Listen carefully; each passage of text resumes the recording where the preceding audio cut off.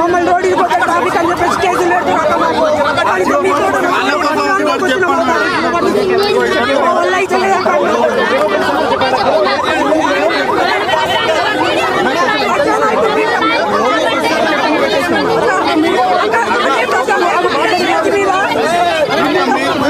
మాటకు సీఎం రేవంత్ రెడ్డి గారు స్పందించారు. మీ తమ్ముడు మాట్లాడండి సార్, ఒక మాట చెప్పండి. మాట్లాడమని ఒక మాట చెప్పండి.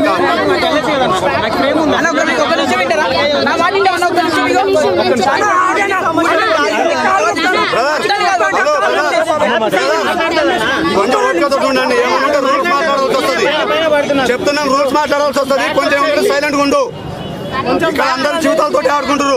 నీకు అర్థమవుతుందా? మీడియా మిత్రులు